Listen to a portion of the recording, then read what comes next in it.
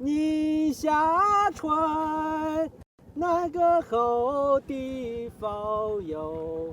This is how people crossed the Yellow River right up until the turn of this century, and keeping us afloat are these sheepskin balloons.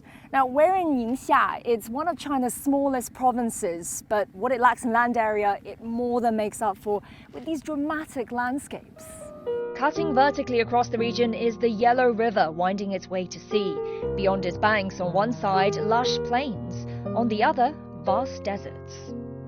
In fact, this is a land bound by deserts to its north, east and west, deserts which have a way of shifting and swallowing all in the way. We're here to see how Ningxia has turned around this fragile environment to become an oasis in the sand. To say the Yellow River is the lifeline of the people here is no exaggeration. 从小就是在羊皮筏上面坐着，看着说老一辈人渡黄河啊，黄河对咱们意味就说是也说是母亲河。 从小对它有一种那个亲切感。Irrigation systems built 2 centuries ago have been quenching what would otherwise be plains of sand and dirt, turning the fields arable and making Ningxia a major grain producer feeding the country. But it's drying up. To heal this lifeline, a huge conservation drive and billions poured into restoring riverside wetlands, a hefty undertaking when the arid climate is working to the contrary. Yet Ningxia has stopped its wetlands and lakes from shrinking, and you find them in the most incongruous settings. Now, this oasis wouldn't be possible without the generations of folk who fought back the dunes. In 2010, nearly 60% of the region's territory was vulnerable to desertification. Sand and wind laid waste to the land, made worse by human factors.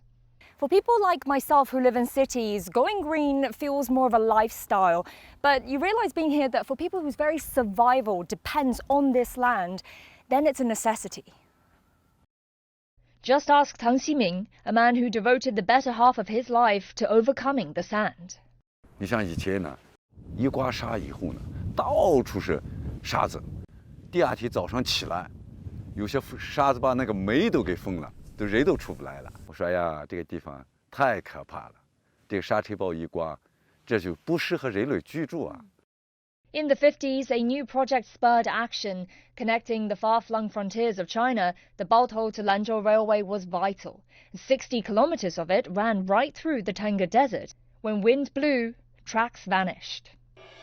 The solution: straw checkerboards, planting wheat straws in 1-meter squares and sprinkling seeds, laying a giant net that fixes sand and, importantly, restores vegetation. To Tang and his team, each surviving blade of grass is worth celebrating. 6 decades now and counting, on the rim of the Tengger, fresh seeds are still sown every year to reinforce the ecological barrier. Today, less of a menace, these dunes are drawing in the tourists and transforming into a profitable resource. It's an experience proudly shared with the world. 什么人来？问我你这沙能治不能治？没问题。 From being pushed out by the sand to pushing back, and now finding an equilibrium. After all, what's an oasis without its desert? Jiao Yang, CGTN, from the Yellow River to the deserts of Ningxia.